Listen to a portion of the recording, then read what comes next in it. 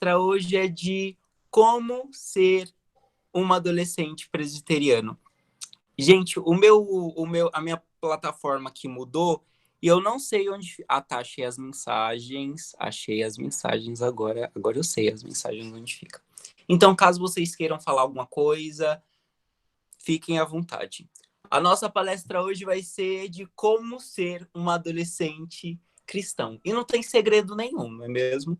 Mas a gente precisa entender primeiro o que é a adolescência, quando que a adolescência surgiu e como ela foi tomando o seu lugar na humanidade. Bom, a adolescência é uma faixa etária de 12 a 18 anos, não é mesmo? Que surgiu lá em meados de 1941. Então, se a gente for fazer a conta, dá o quê? 80 anos. 80 anos que existe a adolescência. Ou seja, tem gente viva aí que viveu e não teve esse período da adolescência, conhecido como período da rebeldia, e por aí vai. As pessoas, antigamente, elas já poderiam ser consideradas adultas a partir do momento que já era perceptível os sinais da puberdade, né? Para os homens, barba, para as mulheres, os seios, né? Um corpo mais desenvolvidos. E então, por conta disso, eles se relacionavam muito cedo, eles se casavam muito cedo, entravam na universidade muito cedo, principalmente aqueles que tinham dinheiro, e tinham que assumir responsabilidade muito cedo, porque o contexto que eles viviam exigiam isso deles. Então, quando a gente pensa na adolescência, antigamente, a gente vai pensar em responsabilidade. Não porque eles nasceram responsáveis, mas porque aquele período fazia com que eles sejam responsáveis. Para vocês terem noção, em 1941 estava surgindo o período industrial, né? A Revolução Industrial, onde muitas crianças, principalmente morreram, né, por trabalhar em fábrica, pelo esforço excessivo de trabalho. Então, conforme isso foi acontecendo, né, surgiu também a lei da criança e do adolescente. Bom, mas quando a gente vai falar de adolescência, hoje em dia, quando a gente vai falar de adolescência de hoje, quais são as palavras que vêm na mente de vocês? Não, pode falar. Não, agora esse é o momento que você está pau. Apesar que a gente não gosta, né, de tacar pau em adolescente. Eu mesmo não gosto, não. Aí, às vezes, quando eu vou falar de adolescente, eu penso nos adolescentes que eu vejo da minha igreja. Mas falem aí, palavras que vocês já ouviram em filmes, vocês já ouviram do pai de vocês, vocês já ouviram na igreja, pode falar aí alguma palavra.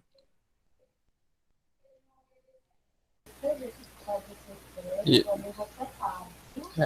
Aborrecente, animação. Pode teimosia.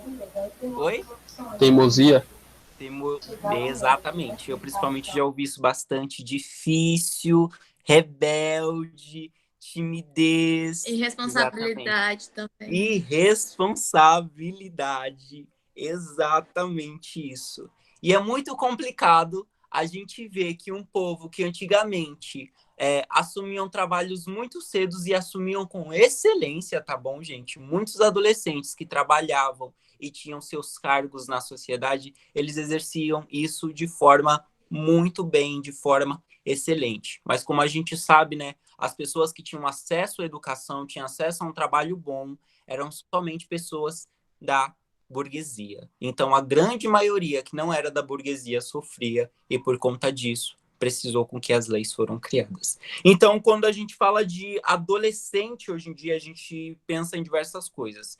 Fase da rebeldia, eles não gostam de ler a Bíblia, eles não sabem orar, eles não têm interesse e não querem saber de assuntos como, por exemplo, economia, política e até mesmo fé. Mas a Bíblia vai falar de adolescente? Será que a Bíblia, em algum versículo, Deus vai se referir a nós, essa faixa etária maravilhosa? Não, porque não existia. Antigamente, na Bíblia, só existiam as crianças, que eram crianças bebês, né? A mocidade, que pegava tanto a adolescência quanto a mocidade de hoje, e os anciões, né, que já eram os adultos. Só tinham essas 3 faixas etárias na Bíblia. Somente essa. Mas sempre que a Bíblia estiver se referindo aos jovens, a Bíblia vai estar se referindo a nós, adolescentes. Então, sempre que a Bíblia estiver se referindo à mocidade, aos moços, ela estará se referindo a nós também. E a gente pode ver isso, olha que interessante o que Paulo diz. Lá em 1 Coríntios, eu espero que vocês estejam com a Bíblia aí de vocês. Bora abrir lá em 1 Coríntios 13.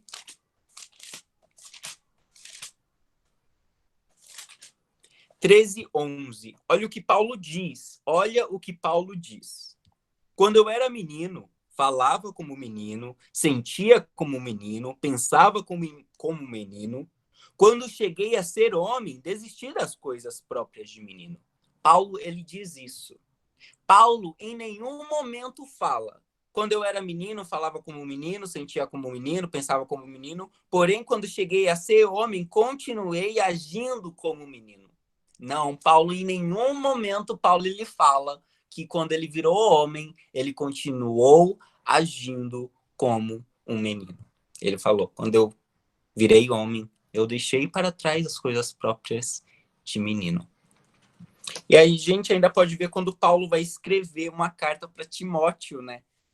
Olha o que Paulo fala lá em 1 Timóteo 4, em 1 Timóteo 4, 12. Ninguém despreze a tua mocidade, pelo contrário. Torna-te padrão dos fiéis na palavra, no procedimento, no amor, na fé e na pureza. Vejam que versículo maravilhoso. E agora pense nas palavras que vêm à sua cabeça quando nós falamos de adolescência. Rebeldia, não gostam de ler a Bíblia, não são interessados com coisas da fé. Mas veja o que Paulo fala. Paulo fala, seja exemplo, seja o padrão de fé. Na palavra, no procedimento, no amor, na fé e na pureza. Vejam que coisa maravilhosa que Paulo fala. E a gente vê, meus irmãos, que Deus não vale de 2 expectativas. Deus não tem expectativas para os adolescentes e não tem expectativas para os adultos. Deus tem expectativas altas para todos os seus servos, tanto para adolescentes quanto para adultos. Então, se você pensa que está muito cedo, meu irmão, para viver uma vida fiel diante de Deus, você repense todos os seus conceitos. Todos os seus conceitos. Nunca é cedo demais para viver uma história verdadeira de amor com o nosso Senhor e Salvador, Cristo Jesus. Nunca é tarde. Nunca é tarde. E aqui o assunto hoje que a gente quer falar é como ser um adolescente cristão. E vocês querem saber como ser um adolescente cristão? É só não ser um adolescente que vive de acordo com as expectativas baixas da humanidade. Vocês perceberam que ninguém está preocupado na educação de vocês, inclusive não está mesmo, né? Parece um discurso de esquerda, mas a sociedade, o governo quer formar operários, né? E não doutores e não mestres, ela quer formar operários. Porque muita gente no comando dificulta as coisas. E muitas vezes, né, para vocês verem que isso daí já é refletido na sociedade. Na sociedade, hoje em dia, os adolescentes, né, dependendo principalmente do adolescente da região onde ele mora, as expectativas são baixíssimas. São baixíssimas. Porque hoje os adolescentes não buscam ter interesse, os adolescentes não buscam fazer um trabalho com excelência, seja o mais simples que for, eles não estão preocupados. E muitas vezes essa falta de interesse pelos adolescentes é refletido até mesmo na igreja. Infelizmente, talvez na sua não seja assim, mas em diversas igrejas da minha sinodal, eu recebi diversos presidentes falando: Ed, o meu pastor não confia que a UPA faça trabalho. O meu pastor não confia com que a UPA cuide de alguma programação. O meu pastor pensa que nós somos irresponsáveis. O meu pastor pensa que a gente não sabe seguir uma liturgia, que a gente não sabe orar, que a gente é diferente dos outros crentes. E muitas vezes isso daí pode ser a sua realidade também. Mas saiba, meu irmão, que ser adolescente não é sinônimo de depravação espiritual. Pelo contrário, lembre-se do que Paulo falou para Timóteo. Seja um exemplo, seja um padrão na fé, seja um padrão para os demais. E muitas vezes nós mesmos, nós esperamos pouco de nós. Vocês já perceberam? Eu, particularmente, eu era uma pessoa que eu esperava muito pouco de mim. Eu achava que eu não tinha capacidade de passar na universidade. Eu pensava que eu não tinha capacidade de construir, de ter as coisas que eu tenho hoje, ou então ter as habilidades. Eu pensava que eu não era capaz disso. E muitas vezes a gente pensa que a gente não é capaz e realmente, meus irmãos, ficam felizes porque vocês não são, entendeu? Vocês são realmente depravados, falidos, desgraçados, mas aí é que nós pulamos de alegria e exultamos, porque é preciso saber que você é incapaz, falido, inválido para que o Senhor te use, para que o Senhor te torne um padrão dos demais. Vejam que coisa maravilhosa. Vocês são incapazes, sim. Vocês são rebeldes, sim. Mas isso não impede com que o Senhor os use para fazer grandes coisas e conquistar grandes coisas. Nós precisamos nos render, meus irmãos, aos cuidados do Senhor. Porque o Senhor nos chama para ir muito além, muito, muito, muito, muito, muito além. E nós precisamos confiar nisso. Não espere pouco de você. Não se cobre pouco. Não se cobre pouco, meu irmão. Pare de fazer as coisas com preguiça. Para de pensar que as coisas de Deus podem ser levadas com a barriga. Você toma cuidado, meu irmão. Você entra na comunhão. Você entra, porque se você não tomar cuidado agora, se você não ser repreendido por amor, por mim, quem vai te repreender vai ser o fogo aniquilador. E muitas vezes a gente tem medo, né, de falar do inferno, mas o inferno existe. O inferno existe. E ele fica em um caminho sem Cristo. Ele fica em um caminho onde você pensa que as coisas de Deus são brincadeiras. Quer ser um adolescente cristão? Não viva de acordo com a cultura deste mundo, que quer minar o seu pensamento, sua forma de agir e até mesmo a sua vestimenta. Vocês sabiam que a marca da Hollister, da Adidas, da Betcat surgiram graças ao público adolescente? Inclusive, diversas bandas, né? Tipo, como, por exemplo, até mesmo séries e novelas como Rebeldes. Eu não sei se vocês eram dessa época dos Rebeldes, eu gostava bastante. Até tinha banda e um monte de coisa lá. Até mesmo essa banda de hoje, K-pop, e antigamente a Mamonas Assassinas e diversas outras bandas. Essa sociedade, né, foi construída e sustentada graças ao público adolescente. Vejam como vocês foram bons para a economia da humanidade. Muitas coisas existem graças a você. Pois é. E muitas coisas que não prestam e vão contra a palavra de Deus ainda são sustentadas e adquiridas e assistidas e vestidas por adolescentes que se descrente. Complicado isso daí. E se você for ver a sociedade de forma geral, você vai ver que as pessoas são superficiais. São superficiais. Eu, particularmente, quando para quem não sabe, Deus me concedeu a honra, né, de eu sou professor de Física e Matemática Aplicada lá no Instituto Federal, né, onde que eu também já estudei E eu percebo o quanto o povo é superficial. Até mesmo as causas, né, que tem a moda agora, para mim é uma moda, aquilo de ser feminista, de ser... Ai, como que é aquele movimento lá? Despadroniza. Isso.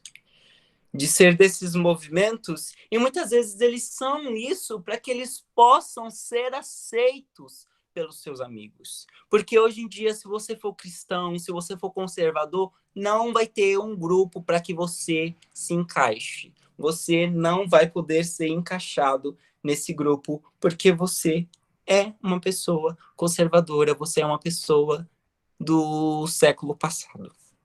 E isso é algo muito difícil. E muitas vezes a gente é tentado a acreditar nesses pensamentos, né? Falar, nossa, realmente, meu corpo, minhas regras. Entendeu? Deus, ninguém mandou Deus me dar meu corpo, agora eu vou fazer o que eu quiser com ele.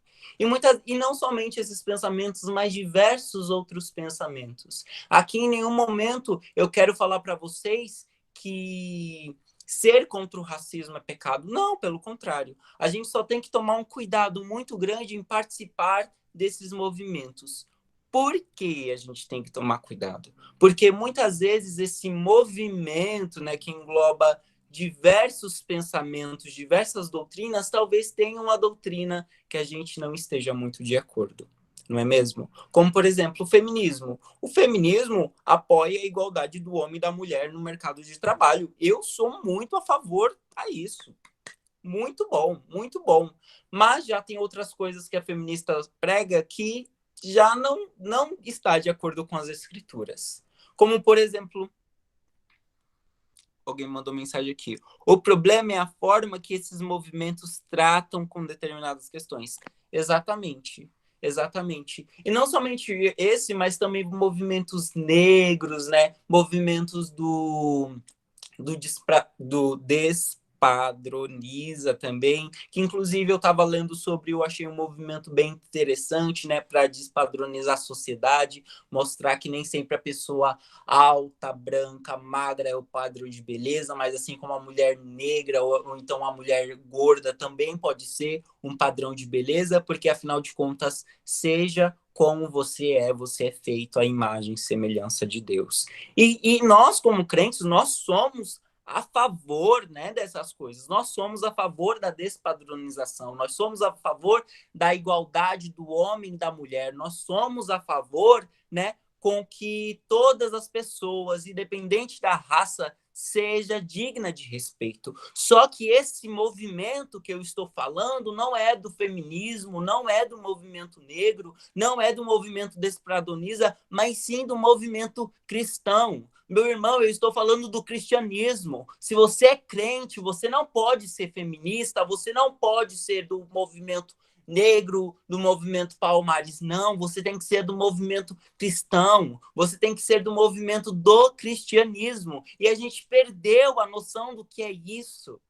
A gente perdeu noção, porque hoje, felizmente, nós não tratamos de questões que estão presentes na sociedade. E isso é algo muito triste. A gente falou sobre racismo recentemente, não foi? Por conta de um protesto, por conta de um policial, né, que tratou um negro nos Estados Unidos de forma cruel, e houve diversos protestos, isso veio até aqui para o Brasil e influenciou diversas áreas do mundo. Achei legal. E até vi algumas igrejas fazendo palestras sobre fé e racismo, né? Eu achei legal, mas seria mais legal ainda se a gente fizesse isso antes que essas coisas aconteçam. Porque a igreja que deveria ser patriarca em questões sociais, não, ela vendo o olho porque ela fala, não, isso daí é uma pauta de esquerda. A gente não fala sobre homossexualidade, a gente não fala sobre violência doméstica, a gente não fala sobre estupro, porque isso daí é uma pauta de esquerda. Mas não, meus irmãos, e vocês como crentes, vocês como a igreja do hoje, têm que influenciar a sociedade de acordo com as escrituras. Vocês têm que parar de viver nessa cultura onde vale o que tem. Não, meus irmãos, vocês não são cabides. Vocês vão muito além disso, porque vocês foram comprados por um alto sangue. O Senhor morreu O Senhor morreu do alto de uma cruz para que vocês vivessem, e vivessem de forma digna, e vivessem de forma limpa, mais alvos do que a neve diante dessa sociedade suja, imunda, e vocês não podem se deixar levar. Por mais bonito que pareça a filosofia de tal movimento, por mais bonito que pareça o celular do momento, a roupa do momento, mas você não será feliz quando você adquirir todas essas coisas. Você só será feliz quando você viver contente, contentado em Cristo Jesus. Não vivam de acordo com este mundo. Não vivam de acordo com os padrões da carne. Vocês gostariam de falar alguma coisa? Se vocês quiserem, vocês fiquem à vontade para complementar isso, senão já vou dar continuidade. Alguma pergunta? Eu espero que vocês estejam acordados, pelo menos, por isso eu grito, para vocês não dormirem. Então, como ser um adolescente cristão? Não ser um adolescente mundano, que vive de acordo com as expectativas baixas que a sociedade nos impõe.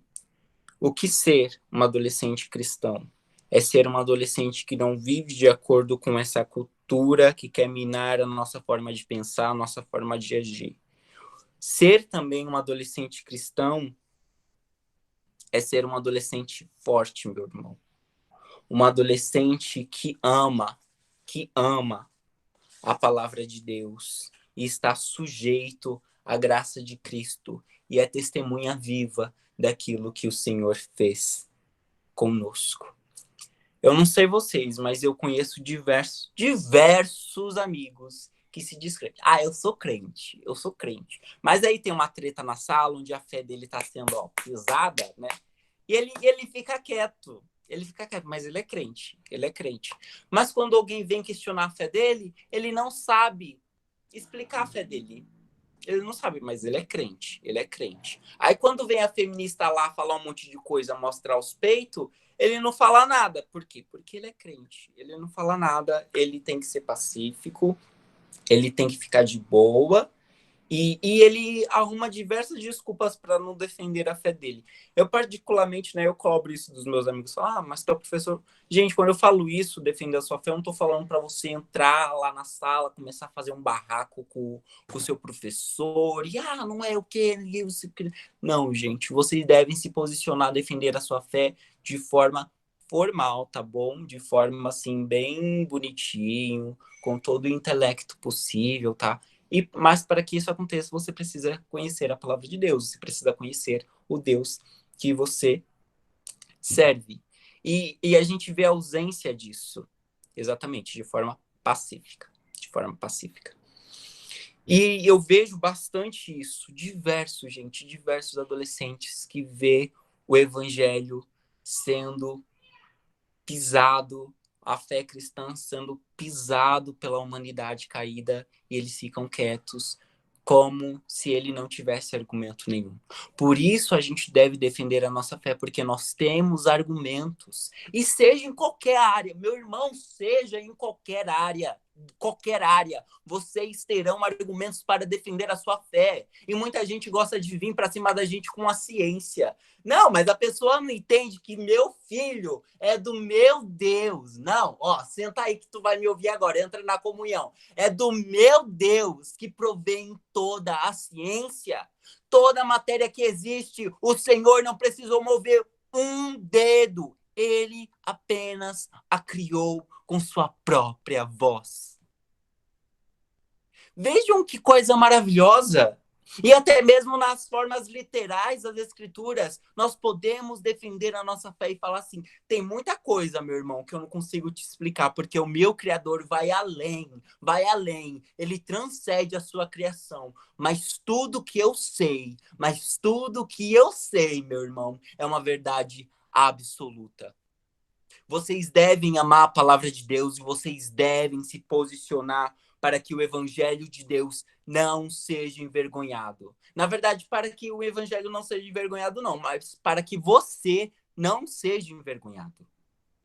Você muitas vezes vai precisar, sim, travar guerras, porque não há comunhão entre as luzes e as trevas, não há, meu irmão. E quando você fica quieto, e muitas vezes eu percebo nesses meus amigos, que eles ficam quietos para eles não ofender a outra pessoa. Entendeu? Eles pensam, e tem muitos amigos meus que inclusive querem misturar a coisa. Ai, mas o cristianismo tem muito a ver com o feminismo por causa disso, disso, disso. Ah, mas o cristianismo... Ah, mas o que que tem, velho, Deus querer aceitar os homossexuais? Entendeu? Meus irmãos, pela misericórdia e pela graça do nosso Senhor, não seja assim. Saia de cima do muro, porque o muro também é do diabo. O evangelho é radical. Vocês precisam entender isso. O evangelho é radical. Em nenhum momento a Bíblia fala para que você se anule. A Bíblia não me mostra um versículo que fala que a Bíblia vai falar para você se anular. Não, não. A Bíblia pede para que você morra. Você deve morrer, meu irmão. Não tem essa de pacífico, quando é questão da gente lutar contra a nossa carne, lutar contra o nosso desejo e até mesmo lutar contra as filosofias mundanas. Não há comunhão entre as luzes e as trevas. Ou você é crente ou você não é crente. Ou você junta com Deus ou você não ajunta com Deus. Meu irmão, e aceita essa repreensão. É melhor com que você seja orientado aqui na terra do que corrigido, meu irmão, pelo fogo e pela ira de Deus. Parem de brincar com o evangelho de Cristo. Parem de brincar com a santidade de Deus. Parem de brincar de ser crentes, porque o inimigo não brinca de ser inimigo. O inferno queima, meu irmão. E você não me espere desfrutar da ira de Deus. Não espere.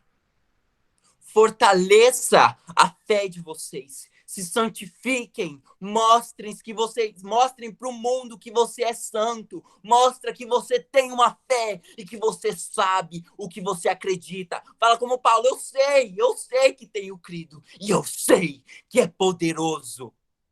Conheçam e desfrutem da santidade de um Deus que não tolera pecado, mas mesmo assim ele é bondoso, ele é misericordioso, meus irmãos, o nosso Senhor. Ah, meu irmão, o nosso Senhor é soberano. E muitas vezes você vai se sentir confrontado, sim, pelos seus amigos, pelos seus professores, e eles vão fazer de tudo, meus irmãos, para que a sua fé seja esmagada.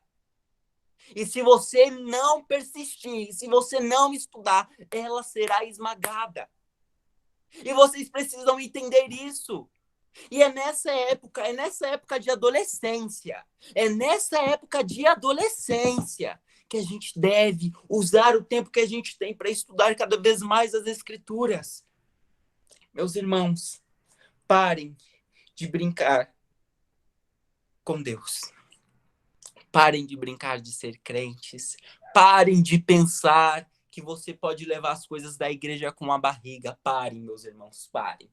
E se você faz as coisas do mundo com mais dedicação do que as coisas que você faz para Deus, meu irmão, se prepare e firme os pés, porque você prestará contas diante de um Deus santo. Vocês perderam a noção da santidade de Deus. Vocês perderam a noção do que é ser santo, do que é ser puro. Vocês perderam. E isso é algo muito triste a gente ver de forma visível nos nossos adolescentes. De forma visível. Meus irmãos, vocês precisam ser crentes. E crentes de fato. Tá na hora, meu irmão, de arregaçar a manga e lutar. Não é fácil ser cristão. Não é fácil. E fique sabendo que se tu não consegue largar a tua boca suja, os teus palavrões, não pense que você será capaz de abrir mão da sua vida por amor a Cristo. E é preciso começar agora.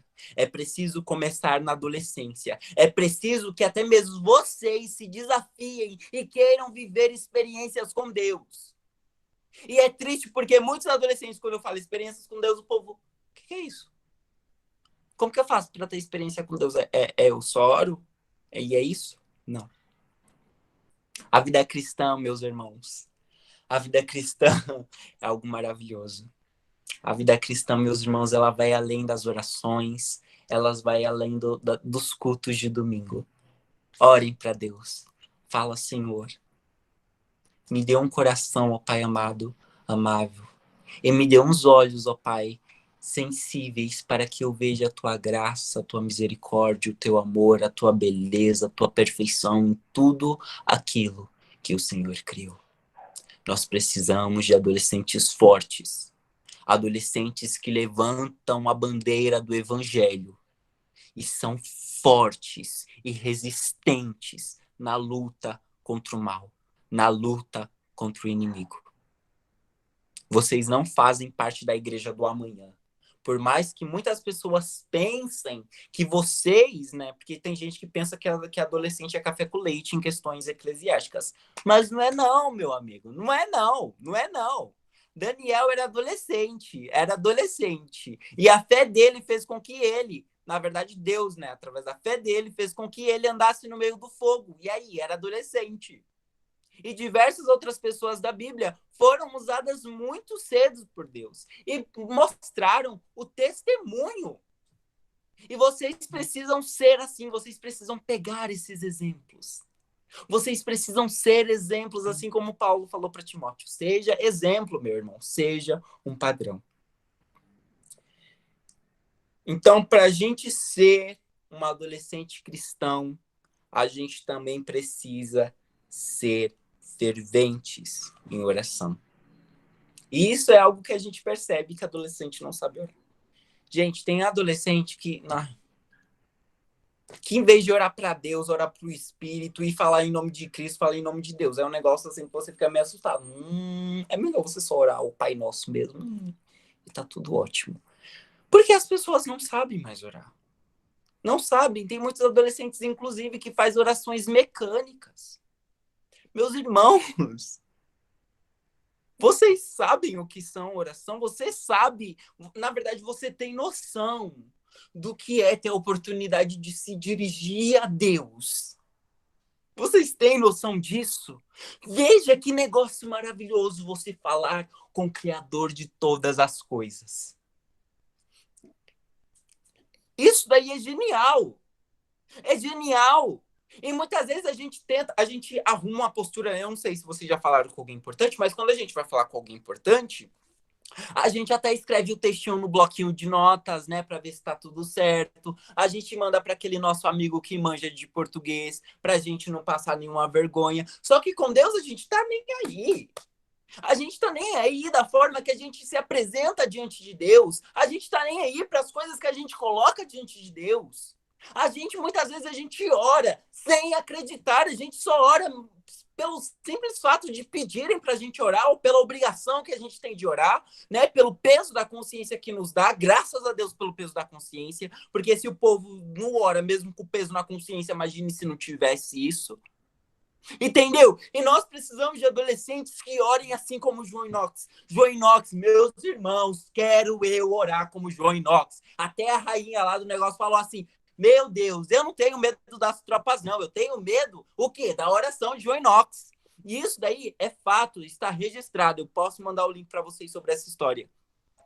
E João Inox, uma vez, João Inox orou, meus irmãos: Senhor, me dê a Escócia, senão eu morro. Vejam, um monte de coisa.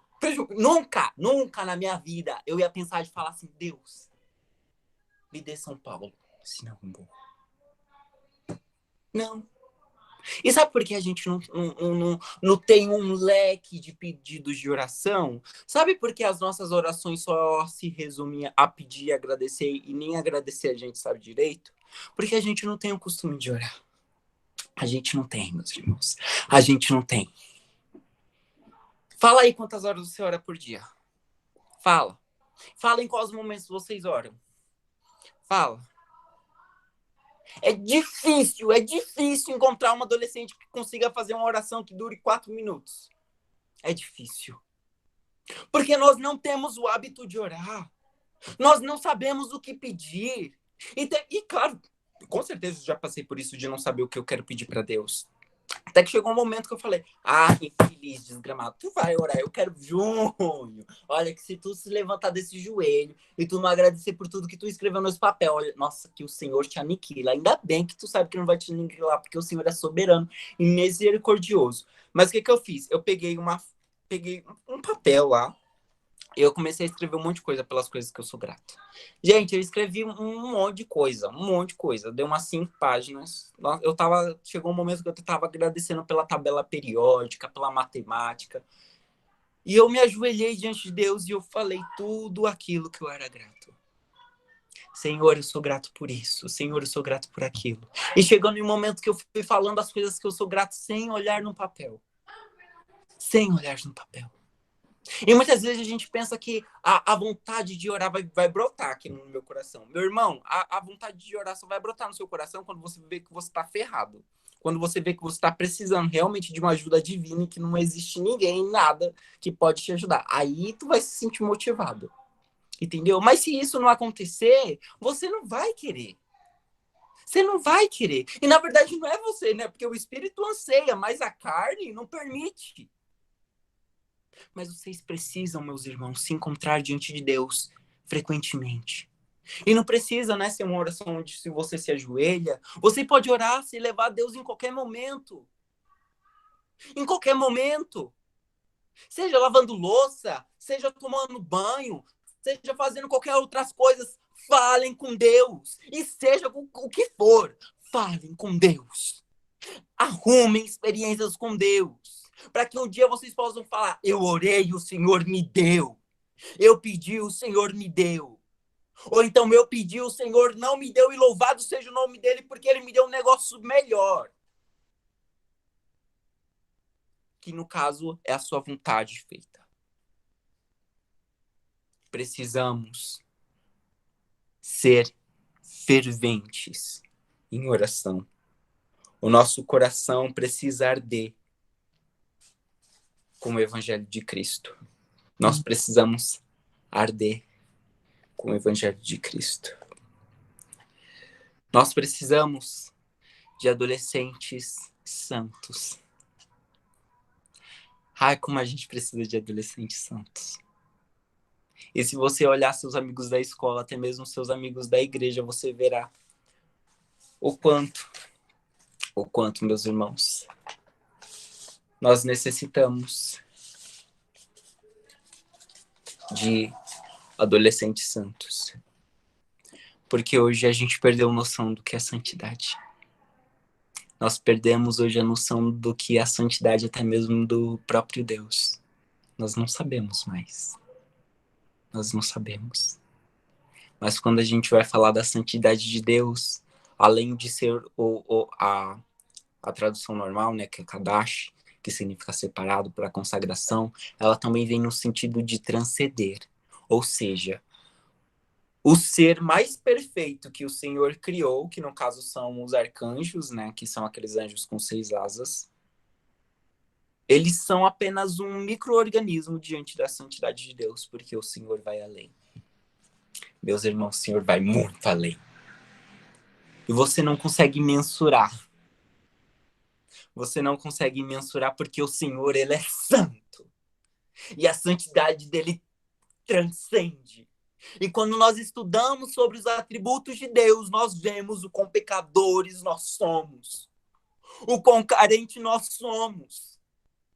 O quanto nós precisamos mudar, meu irmão. E muitas vezes a gente vive na adolescência falando, não preciso mudar agora. Eu não preciso largar meus pecados agora, porque eu tenho um tempo para frente. Eu tenho um tempo para frente para me arrepender dos meus pecados. Mas, meu irmão, toma cuidado, porque é isso que você chama de tempo, eu chamo de condenação. O povo pensa que se arrepender é fácil, né? O povo parece que anota aqui no agendinha. Como eu tô novo, eu acho que eu vou me arrepender com uns 50 anos, né? Porque dali eu me arrependo, morro e tá tudo ótimo. Mas se arrepender não é fácil. Por isso, nós precisamos estudar a santidade de Deus, para que a gente veja o quão pequeno, o quão miserável nós somos. Isaías, ele foi perfeito quando ele falou assim. Nós somos um nada diante de ti. Aí, pelo jeito, ele ficou meio insatisfeito e Isaías falou, não, eu não sou um nada. Eu sou menos que um nada. Eu sou um vácuo, Deus, diante de ti. Eu sou um vácuo diante de ti.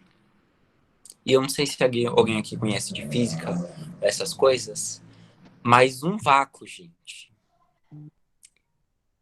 eu não consigo nem explicar para vocês como que define essa expressão de vácuo. Mas, por exemplo, pense até mesmo no espaço, né? Se você for lançado num espaço assim, normalzinho, como você tá, provavelmente tu vai explodir, né? Por conta de um negócio que se chama gravidade, né? Por a gravidade do seu corpo ser maior do que a gravidade do espaço. Mas Isaías fala exatamente isso, que nós somos um nada. Nós somos um nada diante de Deus. E nós precisamos de adolescentes que entendam isso. Nós precisamos de adolescentes que saibam quem eles servem e saibam a santidade de Deus. Meus irmãos, eu fico tão feliz quando eu conheço um adolescente que busca a santificação, um adolescente que se preocupa com a imagem da sua alma, um adolescente que anseia pelas coisas celestiais. Eu fico muito feliz, inclusive quando a pessoa vive assim, eu até penso, meu Deus, é tão nova, mas já está se preocupando com a vida contigo. Já está preocupada com as coisas celestiais. Isso é algo maravilhoso. E nós precisamos de adolescentes assim. Nós precisamos de adolescentes com pulso firme. Adolescentes que falam, eu não vou ceder. Eu não vou ceder. Enquanto eu viver aqui na terra, meus irmãos. Enquanto eu viver aqui nessa terra, eu não vou ceder. Pelo contrário, eu proclamarei e anunciarei as coisas que Cristo tem feito na minha vida. Eu serei um testemunho vivo de um Deus santo e poderoso. Eu serei. E chegar diante de Deus e falar, eis-me aqui, Senhor. Eis-me aqui. Pai, não olha para a minha idade, mas olha para a intenção que é em meu coração. E eu quero te servir, ó Pai. Me leve às nações. E quantas vezes você tem pedido isso a Deus? Quantas vezes você tem falado de fato? Eu não estou falando de falar de boca para fora, falando de fato. Chegar diante de Deus e falar, Senhor, que a tua vontade, ó Pai, que é perfeita, que é santa e que é agradável, que a tua vontade seja feita diante de mim. Você quer saber como ser um adolescente cristão? Então seja um adolescente que vive de acordo com a palavra de Deus. Viva de acordo com a palavra de Deus. E você não vai estar perdendo tempo.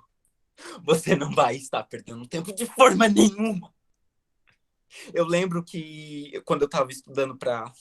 Nossa, fez até calor aqui. Quando eu estava estudando para a universidade, meu objetivo só era passar numa escola técnica, mas aí Deus permitiu com que eu já passasse direto, né, na universidade. Então eu entrei com 16 anos na universidade. Nesse período que eu estudava, eu nunca faltei em nenhuma escola dominical. Nunca. Tinha trabalho da UPA, tava no trabalho da UPA. Era diretoria, fazia parte até da diretoria. E louvava Deus. E ficava muito feliz. Às vezes eu nem fazia lição para poder participar dos trabalhos. E às vezes eu estudava no ônibus para me ter tempo de participar dos trabalhos e lá ficar. E nesse momento foi o que eu entendi. O buscar primeiro a sua justiça. E as demais coisas serão acrescentadas. E eu fico muito triste quando eu vejo adolescente recusando cargo na diretoria. Eu fico muito triste quando eu vejo adolescentes despreocupados com sua vida espiritual, com adolescentes que colocam a sua felicidade em tudo menos na graça e na suficiência de Cristo. Eles colocam a felicidade deles na universidade, na roupa, no celular do momento, menos na graça e na suficiência de Cristo. E você talvez seja um adolescente assim. Talvez você seja até pior. Mas, meu irmão, saiba que o Senhor é suficiente. Saiba que o Senhor é suficiente. E que ele nunca, meus irmãos, nunca, nunca, nunca nos deixará faltar nada. Pelo contrário, o Senhor nos levará além e Ele nos fará conquistar coisas que ninguém jamais pensou, nem nós mesmos. Nem nós mesmos. Eu lembro que no começo todo mundo ficava zoando, né? Porque além de eu ser a pessoa mais nova da minha sala, as pessoas ficavam falando: ah, ele é criança ainda, ele acredita em contos de fadas. Ele acredita que o homem pode ser engolido pela baleia, né? E que o mundo foi criado em uma pincelada do dedo de Deus. E eu relevando, né? Às vezes eu até ria. E pensando, oh meu Deus, que povo idiota, viu? E aí que eu fui fazendo o meu melhor, né? Pra glória de Deus, principalmente, porque depois que eu entrei em mecânica, eu percebi que eu não queria mecânica, mas o Senhor fez eu gostar dessa área. Eu amo mecânica porque eu vejo a glória e a beleza de Deus em todas as coisas que a mecânica trabalha. E eu fui, né? Eu orei bastante a Deus para que Deus me ajudasse a entender a matéria, para que Deus me ajudasse a mostrar a beleza de Cristo, né? Através dos meus pensamentos, já que eu não tinha intimidade para chegar na pessoa e falar, tentar converter ela. Eu não tinha, porque as pessoas não queriam ficar perto de mim. Não queriam. E olha que eu nem cheguei lá falando, entregando Bíblia, só foi pelo simples fato de eu orar antes das minhas refeições, né?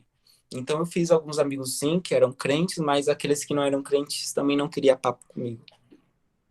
E muitos professores falavam, né, já chegou a falar, que eu não iria muito além na área da mecânica, né, porque era uma área que eu tinha que ter uma mente aberta para que eu pudesse imaginar as coisas. E alguns até pensavam, né, que era impossível eu ser crente e eu ser meio que e trabalhar na área da matemática, né, porque a matemática não explica Deus, porque é muito pelo contrário, né?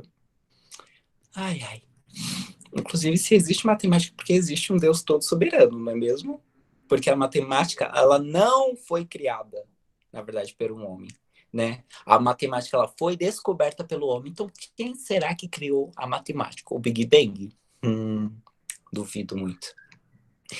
E aí, Deus me concedeu a oportunidade, né, de estar fazendo uma prova para que eu pudesse fazer um projeto. Fiz o meu projeto de extensão. E meu projeto de extensão foi o primeiro a ser aceito da minha sala. Na verdade, foi o único, né? Porque os outros não deram muito certo. E eu fiz um projeto de extensão e esse projeto de extensão me levou a apresentá-lo no Rio de Janeiro, no Natal, em Natal e também em Sergipe, em Minas Gerais. E eu fiquei muito feliz. Eu fiquei muito feliz. E no momento que eu estava apresentando meu último projeto, né, veio à minha mente. Eu pensava que era impossível. E olha que eu não gosto muito de mecânica. Que eu não gosto muito de mecânica. Que eu não gosto de algumas áreas da mecânica, né? Porque a mecânica ela é maravilhosa. Mas eu não gosto de muitas áreas. Mas o Senhor me usou falando assim: eles estão zoando com a sua cara, então bora mostrar para eles que eu sou todo-poderoso. E Deus usou a pessoa mais nova da sala. Deus usou a pessoa mais nova da sala. Enquanto até os meus professores que me ensinavam, falando: Júnior, tu não vai conseguir com esse pensamento fechado, tu não vai conseguir fazer nada. Mas o Senhor me falou: meu filho, entra na comunhão e saiba que eu sou Deus todo soberano. Não limitem o poder de Deus. Não limitem o poder de Deus. Se entreguem à vontade do Senhor e deixa que o Senhor cuide de vocês. Mas para que a gente entenda a vontade dele, se renda a ele, primeiro a gente vai precisar conhecê-lo. Tem uma passagem lá em Isaías. Inclusive, vocês conhecem a história de Uzá, né? Uzá, eu esqueci a passagem que fala sobre Uzá, mas deve estar em Números. Eu sempre esqueço, eu sempre falo que eu vou marcar, eu nunca marco. Ou tem alguém aí para me falar quanto tempo a gente ainda tem? O João tá aí? João? Isabela? Edson até já excedeu um pouquinho do tempo, era até as 3h30. Mas eles falaram para você o máximo é até 3h50 e tem que pelo menos acabar umas 3h40, ou seja, você tem minutos. Eu tenho, no caso, 10 minutos. Aproximadamente 7 minutos. Tá bom. Então eu vou contar aqui a história de Uza rapidinho, vou falar sobre o versículo que eu quero falar e a gente já termina. E se vocês cortarem meu estudo quando eu estiver lendo algum versículo, vocês tomar cuidado, tá? Que é a palavra de Deus, não é qualquer coisa não. Ó, gente, existe um homem que se chama Uza, eu vou mandar lá no grupo. E o que aconteceu, né? O povo colocou a arca de Deus, né?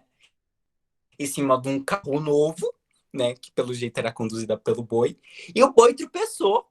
Aí Uza lá, né? A arca tá caindo, o que eu vou fazer com a arca? Vou colocar a mão para circular, para segurar a arquinha, não é mesmo? Porque a arca está caindo, não é mesmo? Uza usou tocar na arca, a gente tocou. E o que Deus fez com Uza? Matou Uza. Matou. E você deve falar, meu Deus, Ed, mas como Deus é intolerante. Não concordo. Mas enquanto vocês veem a intolerância de Deus, eu vejo a santidade de Deus. Não era o chão que blasfemaria contra a Arca da Aliança, mas um toque de um homem que vive em descomunhão com seu Deus. Um homem que não vive em comunhão com seu Deus. Era isso que blasfemaria a Arca. Era isso que Deus falou, que o homem não tocasse na Arca. O chão, a terra, segue o percurso da natureza. Eles seguem os percursos estabelecidos por Deus, mas o homem não. O homem se voltou em rebelião a Deus e ele usou em tocar na arca e Deus o aniquilou. E Deus não está mostrando a sua intolerância, mas está mostrando, meu irmão, a sua santidade. A santidade não está em Deus. Deus é o próprio padrão de santidade, meu irmão. A gente está falando de um Deus santo, santo, santo, santo. Vejam também Isaías. Bora para Isaías, que eu amo esse texto de Isaías. Ó, Isaías 6.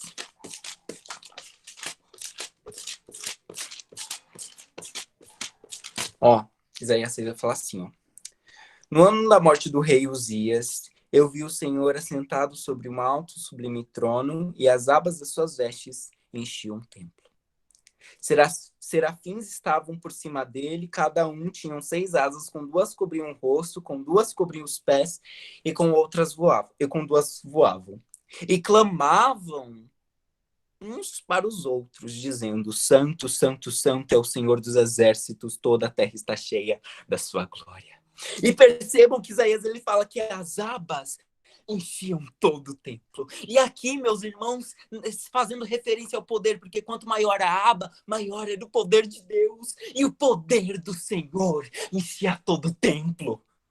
E vejam que os serafins falavam um para os outros, falando Santo, Santo, Santo. E um dia nós estaremos lá também falando Santo, Santo, Santo, Santo é o Senhor.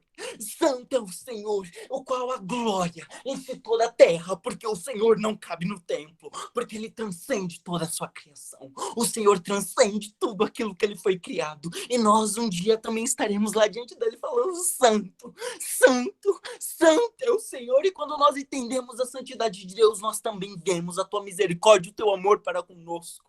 Então você quer ser um adolescente cristão? Seja um adolescente santo, que vive de acordo com a vontade de Deus. Um adolescente que não cede às vontades desse mundo, pelo contrário, dá a vida por amor ao evangelho. Quer ser um adolescente crente? Quer ser um adolescente crente de verdade, não um crente clandestino? Estude a palavra de Deus e anseie pelo grande dia e que nós cantaremos, meus irmãos, juntos. Santo, Santo, Santo é o Senhor, e a sua glória enche todo o templo. Vamos fazer uma oração para a gente terminar o estudo. Eu queria ter falado mais coisas, mas o povo da organização vai me brecar. Oremos então. Jesus aqui, Senhor, para adorá-lo, santificá-lo e glorificá-lo, porque somente Tu és santo, ó Pai.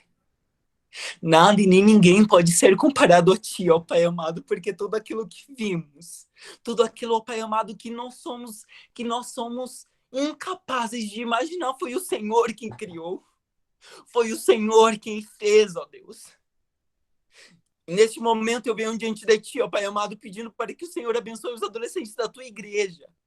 Que muitos, ó Pai amado, andam em caminhos maus e muitos, ó Pai amado, não entendem a razão de sua fé, mas eu peço, ó Pai, tenha misericórdia dos seus adolescentes, os chamem para luta e que eles arregassem as suas mangas e lutem por amor ao Evangelho. Porque chegará um dia, ó Pai amado, que a Tua palavra não será tolerada e precisamos de jovens fortes que falem, tire a minha vida, mas você jamais tirará, ó Deus. Porque o Senhor é soberano, Pai. Mas o Senhor jamais, ó Pai amado.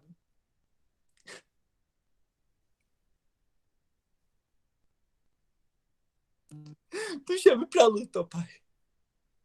Ó Pai amado, incapacite os seus adolescentes para que eles, ó Pai amado, estejam diante de Ti, ó Pai amado, de forma pura e de forma santa, ó Pai. Levante diante dos seus adolescentes, homens e mulheres, que saiam pelo mundo afora para anunciar o Seu Evangelho, ó Pai. E muitos, ó Pai amado, estão morrendo. Tenha misericórdia, ó Pai, da Tua igreja, tenha misericórdia dos seus adolescentes. E o chame para a luta, e o chame para a guerra. E que esse desejo, ó Pai amado, arde em seus corações. Que a Tua palavra, ó Pai amado, seja o único meio de fé, ó Pai amado, e prática que nós seguimos. E que um dia, ó Pai amado, possamos juntos cantar. Que santo, santo, santo é o Senhor, o qual, ó Pai amado, mesmo sendo soberano e tremendo, jamais nos deixou. Pelo contrário, Pai amado, derramou bênção sobre as nossas vidas. E não importa, ó Pai, o quão mal nós estejamos, ainda assim, ó Pai, estaremos bem melhores do que aquilo que merecemos, porque o Senhor nunca, jamais nos desamparará, ó Deus. Essa oração que eu lhe faço, em nome de Cristo Jesus, pedindo perdão pelos nossos pecados. Amém.